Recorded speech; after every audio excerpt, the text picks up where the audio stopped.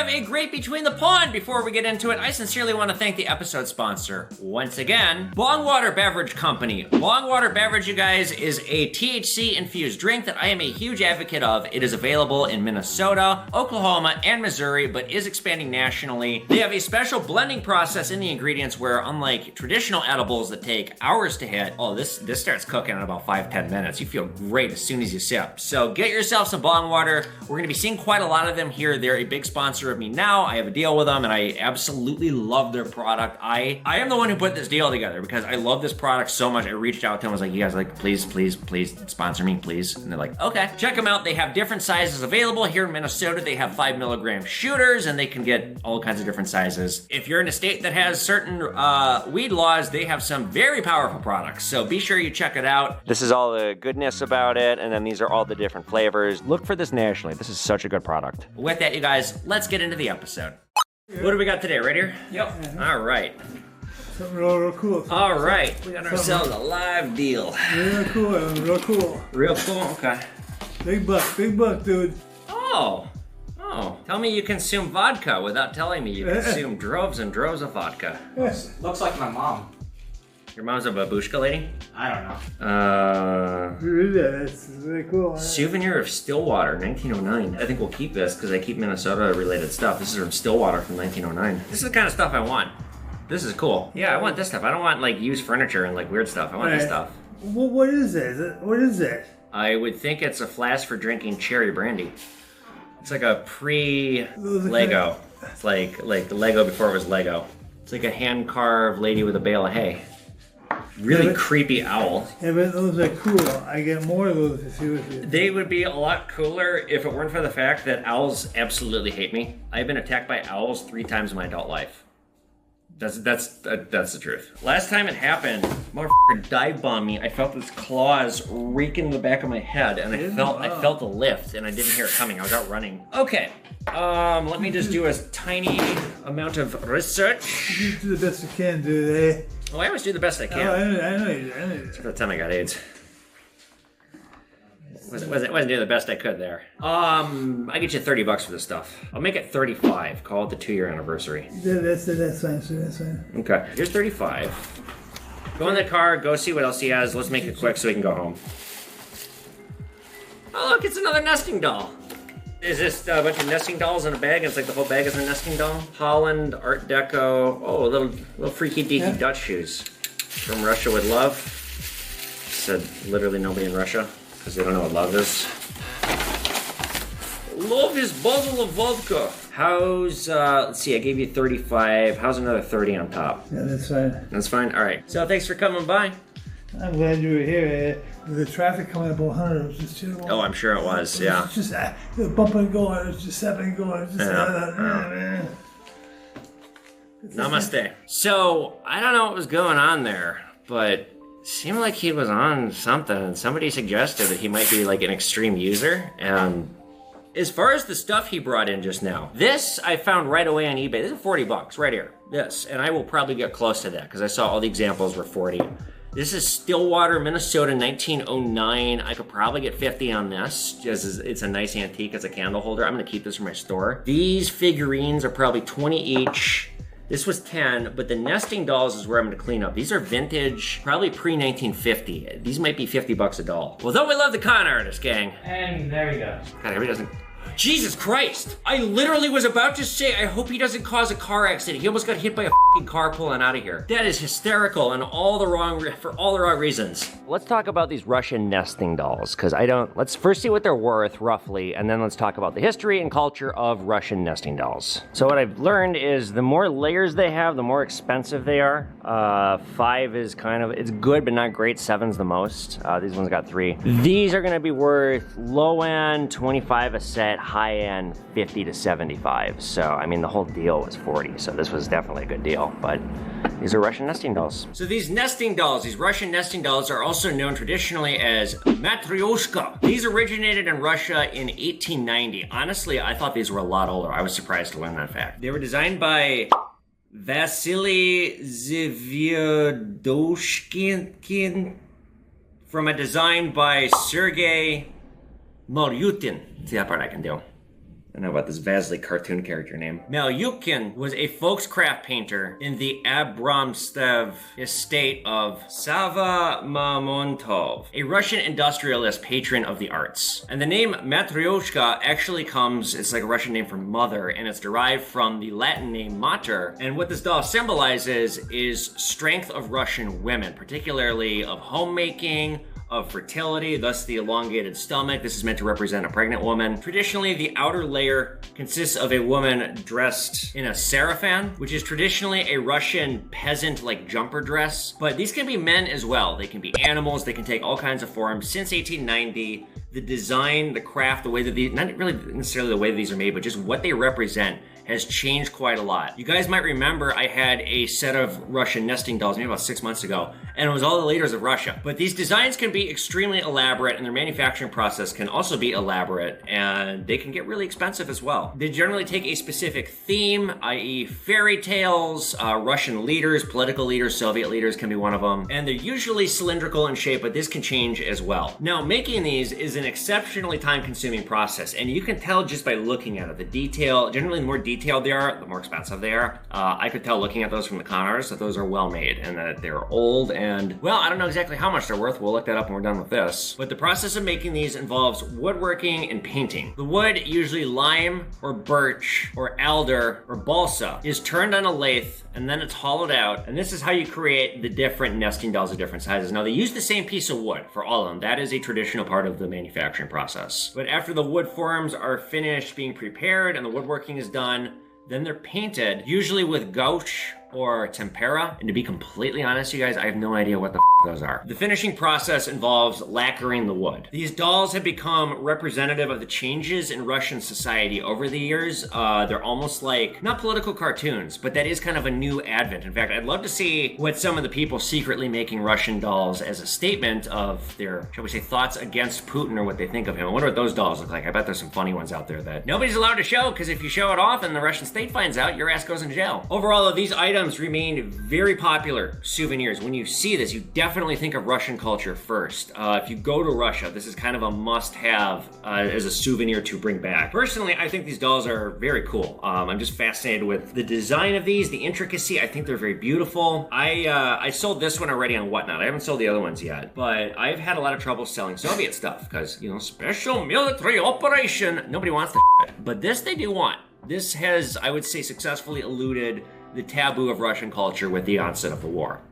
All right, let's see what we got here. First thing I've got is 43 silver strikes. These, I gotta test them. It looks like these are probably all 6/10 of an ounce, based on my experience. Except one of them is the $7 that's like 0.8 of an ounce. Okay. You gotta be careful with these. They do make copies. They gotta say 999 silver on them, otherwise they're probably plated.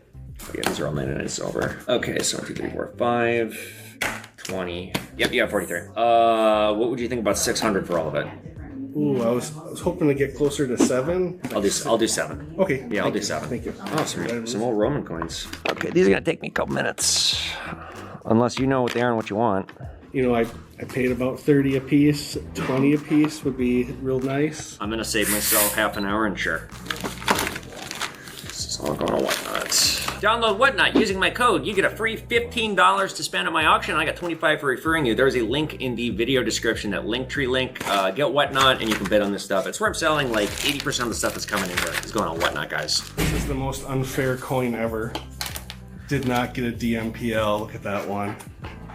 That's because of the reverse. The reverse is just brilliant. Oh, bummer. Sometimes, gang, you can have an obverse that screws everything up. That is definitely a proof like, potentially a deep proof like reverse or obverse. But the reverse is not. Bummer. What do you want on it?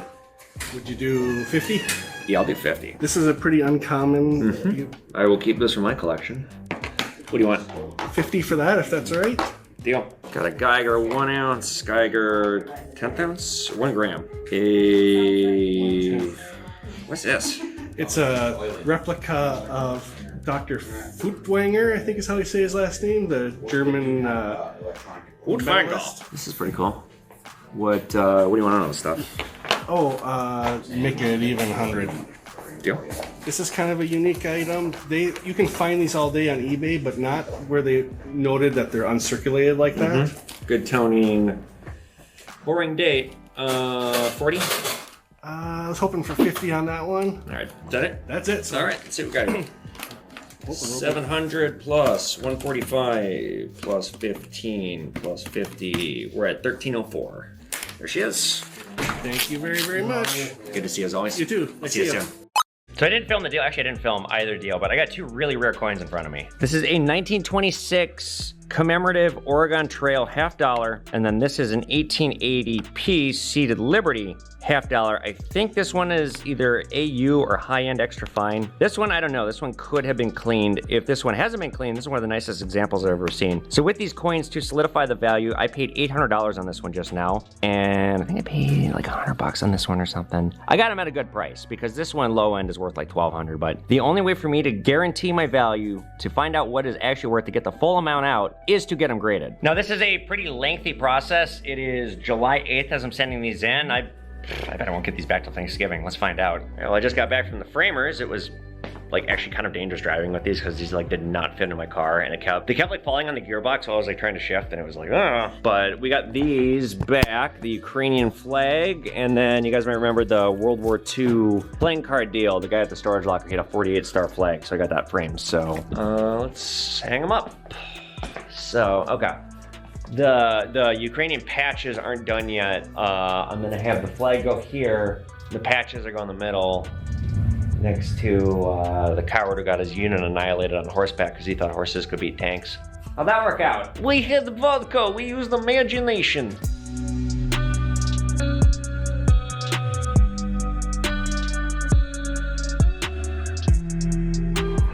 Okay, well, that was easy. Once again, you guys, before we get into this Between the Pond, I really want to thank the episode sponsor, Bong Water. And again, it is a THC-infused drink. They have a special blending process where edibles, instead of taking an hour, 2, 3, depending on your state that you're in, they make some products that are very strong that I would recommend proceeding with caution, and take it from me if that's coming from me. Be careful. They're great products. I can't recommend enough. Check out the link in the video description below. They're having some issues with social media because they keep getting Nancy Reagan, which is bullshit. So if you're having trouble finding them on social media, just track them down. Oklahoma, Minnesota, Missouri. They're expanding nationally. Bong Water. Remember, you guys, don't hit the bong. Drink the water. And with that, let's start talking about the week. How has my week been? Well, I'm actually, to be honest, you guys, I'm recording this early because my editor is going on vacation, so I'm doing this. I just recorded last Between the Pond. And between last week and this week, luckily nothing horrible has happened, so knock on wood, let's hope it stays that way. I actually have had some good things happen. Yeah, some good things in my personal life I don't really want to get into, but yeah, I'm in a very good mood. I'm positive. It's not raining hellfire on me this week. Announcements, reminder, again, you guys, we changed my store hours. It's now 11 to 6 instead of 10 to 5 Monday to Friday, 12 to 3 on Saturday. I changed it to get more sleep because my Whatnot auctions are going so late. And again, a quick reminder, if you don't have Whatnot, download it using my code. You get a free $15 to spend on anyone's auction. It's a promo code, so you have to buy something to have it kick in. But it's a free 15 bucks. If you're a fan of me, if you like what I do, if I'm entertaining, you don't have to buy anything. Come by the auction and have a laugh. I get drunk, I tell jokes, I tell stories, I do a whole lot more than sell coins and currency. And we got some great stuff on there too. There's people that are getting incredible deals. Sometimes I lose money on products. And also, all you have to do on Whatnot, show up to the auction, sit there. You're entered in to win, when I do the giveaways, you're entered to win. All you have to do is follow me and be sitting there. There's people that don't buy anything that win free stuff. Not much else I want to say. I gotta remind you guys, if you want to shop for me, go to pondmanstore.com. I frequently have promo codes. I'm not gonna have promo codes probably for the rest of the summer because I had too many flash sales. I don't want people to not buy from me because they think they're gonna be waiting for a flash sale. I'm gonna drop the flash sales going forward. I was doing too many, so I'll probably do one every like 3 months. So it'll be like a normal store. But pondmanstore.com. Best place to buy stuff from me. When we get stuff coming into the store, I don't advertise it on Instagram anymore or Discord. Yeah, the store's going great, so check out pondmanstore.com. What else do I want to say? Oh, get a load of this, you guys. I found out I got demonetized on TikTok for hate speech, for making videos educating people about the Holocaust. Me, a Jew, educating about the Holocaust, simply displaying factual information with items of the time period. I got hit with hate speech. So many times I've been demonetized. I'm risking losing my account. Okay, other things that I want to talk about. I don't really have anything else, so let's just get right into the questions. I don't have that many questions. Before we get into the questions, though, I was going to talk about this in Between the Pond. I'm going to address this now because this is becoming relevant again. So this first thing I want to address is, hey, Evan, hey. Hey Evan, can you dedicate a video to your political career? I wrote a comment about it a while ago, but I'm not sure where I can find more about it. I would greatly appreciate it. Keep up the great work you're doing. I love your videos. YouTube, 10 out of 10 A+, thank you. Yeah, so I ran for Congress in 2021, right when I opened up the store. Why? Well, that's a great question.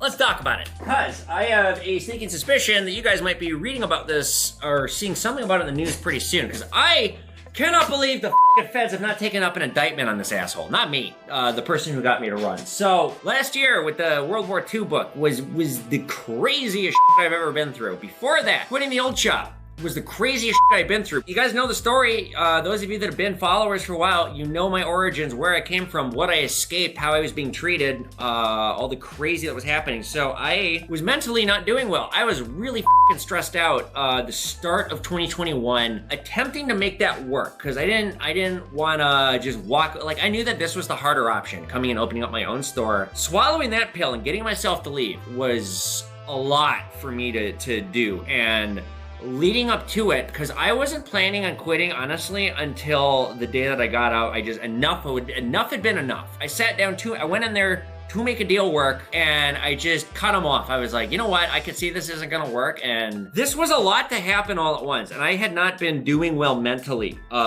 leading up to this in the 2 months, 3 months before I quit. I got famous on TikTok for comedy. First, I had downloaded TikTok in November of 2019, and by January 2020, right before the pandemic, this is a sweet spot to download TikTok. But once I had about 100,000 followers or so, it was right after the Evan versus Karen saga. This person would come in on my lives, named Brandon. He would come in on all my lives and goad me to talk about politics. And this was right before the 2020 election. And I enjoyed talking about it on my comedy lives. I enjoyed talking about, what was going on, and I was really dialed into it. So this Brandon person would show up on my lives and get me to talk politics, and it would happen more and more. And I would get on a soapbox about talking about this or that. This person was getting me to talk politics, and right as I was in the process of trying to make a deal work with, this person called me, said, I want to talk to you about running for office. And I laughed. And they said, look, they were just messaging me online. They said, I'm a big deal in politics. I'm a really big deal. And I don't think you realize who you're talking to. You should have a conversation with me. I think you just want to hear me out. All right, fine. So I had a phone call with this person named Brandon, who again was just constantly in these lives, have been messaging me. Now, I didn't know what Brandon looked like. I didn't know how old Brandon was,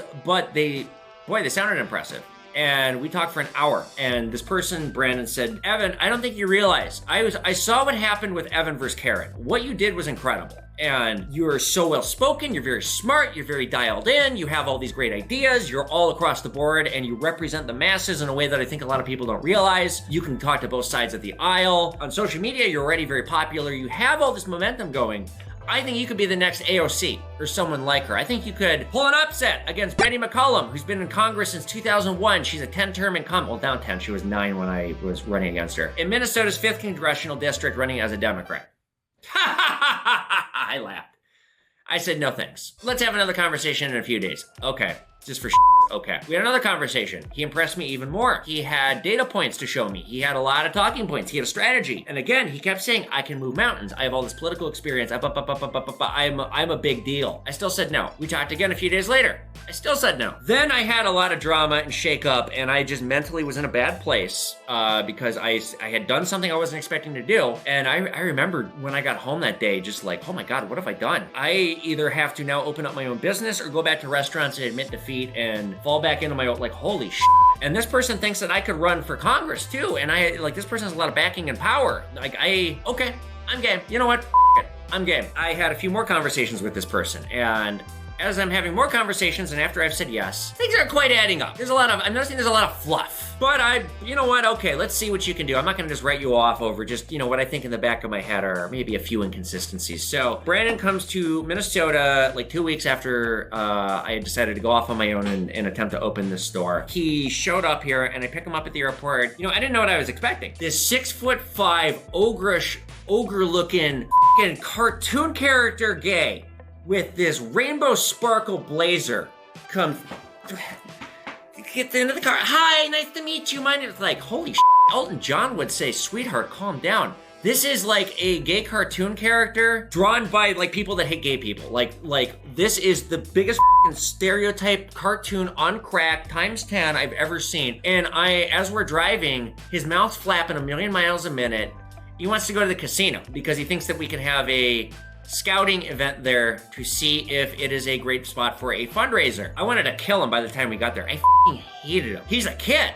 He's not an adult, he's a kid. And I don't know, like I can't quite get a straight answer out of him, pun intended. Finally, I get that he's 19 and I'm like, wait. You're 19, but you told me you're this political big deal and that you ran in Canada and that you run political numbers and that you're involved in all these high up campaigns. Like he claimed he was involved in Susan Collins' campaign and he left that to pursue me. Going to the casino was just a ruse so that he could gamble. There was no fundraising, he just wanted to gamble. He was full of shit. So he stayed in a hotel. I put him up for the week. I took him out a bunch. We were strategizing. He wants to go to all these fancy restaurants. But the things coming out of his mouth are like these grandiose claims that like it seems like this is probably bullshit. Like at one point he claims he has Justin Trudeau's phone number. Red flag number one. He had this fascination with ordering alcoholic drinks, and it was just the drink for him was duping a server to serve him.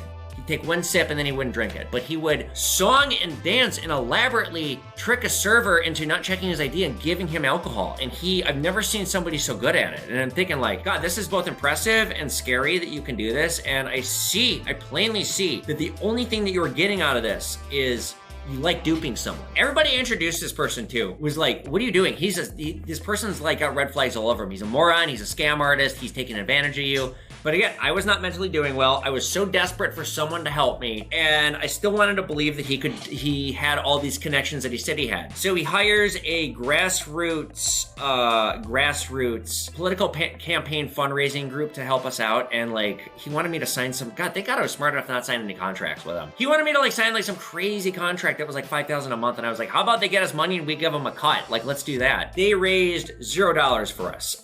He came back, he left, came back a second time. He comes back a second time a month later. I'm open for business, and this is where we really start campaigning. Before I know it, I am doing cold calls. I'm calling people on the phone. I'm having incredible conversations with people that have real deep-seated issues, and this part I really liked. Talked to all kinds of people with all kinds of issues, cold calling them, and I hated doing it, but I liked the conversations once I got them going. But they all ended with, can I have some money?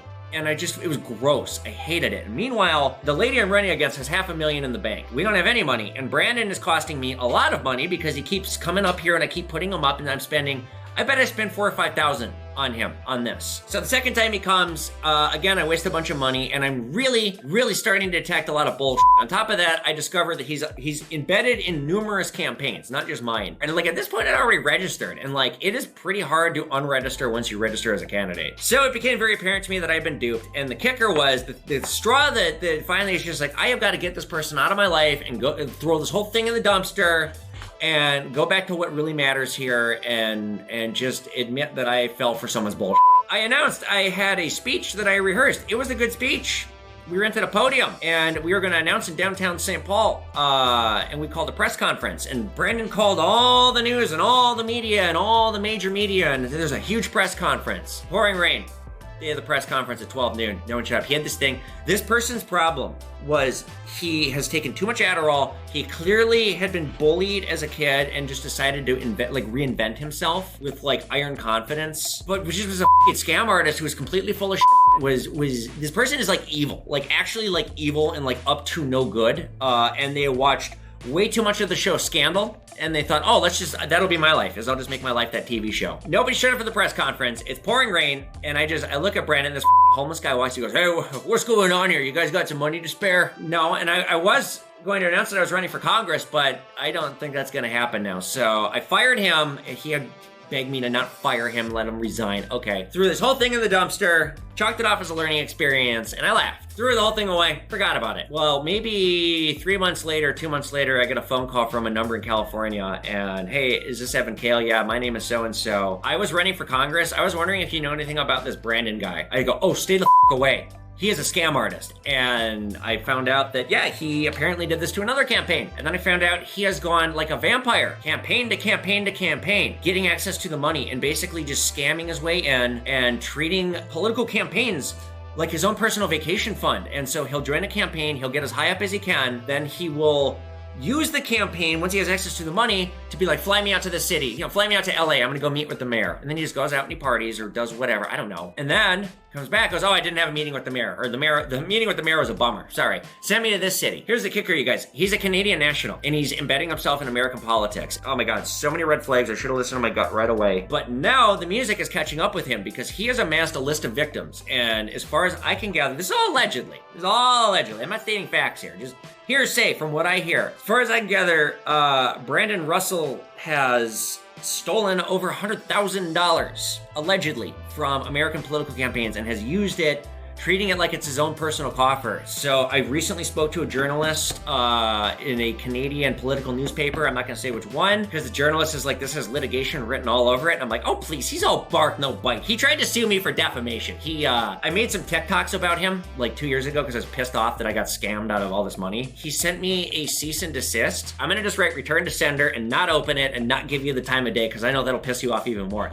I haven't heard from him since. He's telling people he successfully sued me for defamation, which is funny because that's news to me. But yeah, this is the political con artist, as I call him. This is how I got duped into running for Congress. It was a very interesting few months of my life. So that's a political con artist. That's what happened. And yes, I know how naive I sound. Just know, you guys, I was not doing well. All right, let's do a couple more questions really quick and we'll bounce out of this. Okay, question one coming in from Numismatic Master 8612 says, you mentioned that you're an artist. What would you say is your biggest influence on your style? What mediums do you like to use most? I paint with acrylic. My favorite artist is Salvador Dali. I'm also a huge fan of Francisco Goya. I like paintings that are scary. We've talked about this before. I like things that are really provocative. Goya's work is, not only is it just masterfully done, it is so well done, but it's scary. Yeah, the Goya piece, Saturn Devouring the Sun, like that kind of art, that is exactly the kind of art that I like. Question 3. Coming in from, 7 years old. A little bit old by my book, but when the fruit's ready to pick, Tickle Monster gal rips you down, gives you a little lick. Tickle Monster gal. What is your favorite type of music and band? So my music tastes are pretty easygoing. They say you stop listening to new music when you're 25. That's true. I have not sought out new music really since I was about 25. I said this before, I'm listening to a lot less rap lately because hit a little close to home to me with some of the kind of rap that I like and some bad things that happened to me. I started listening to some again. Lately, I've been listening to a lot of just my favorite jams from high school. A lot of CKY lately, a lot of Slipknot lately. I really like, I think the best genre of music is probably Vietnam era rock. I think that's just the best rock and roll ever written. And it's just all easygoing, good listening music that pretty much everyone likes. Leonard Skinner, Creedence Clearwater, Pink Floyd, you're gonna be hard pressed to find somebody who doesn't like that kind of music. The only music I don't like is country. My favorite music group is Daft Punk. Okay, question 3. What is my favorite Rolex? I don't know that much about Rolexes. I like wearing them. I absolutely love this watch. I want to buy another one. I can't afford to. I don't have a favorite Rolex. You guys, I'm still very weak on watches, particularly Rolexes. So ask me in 2 years. Maybe I'll have an answer for you. Last question coming in from Dustin Grove. Dustin says, what is the best way to store your coins without damaging them? Hard plastic, soft plastic, cardboard, or other holder?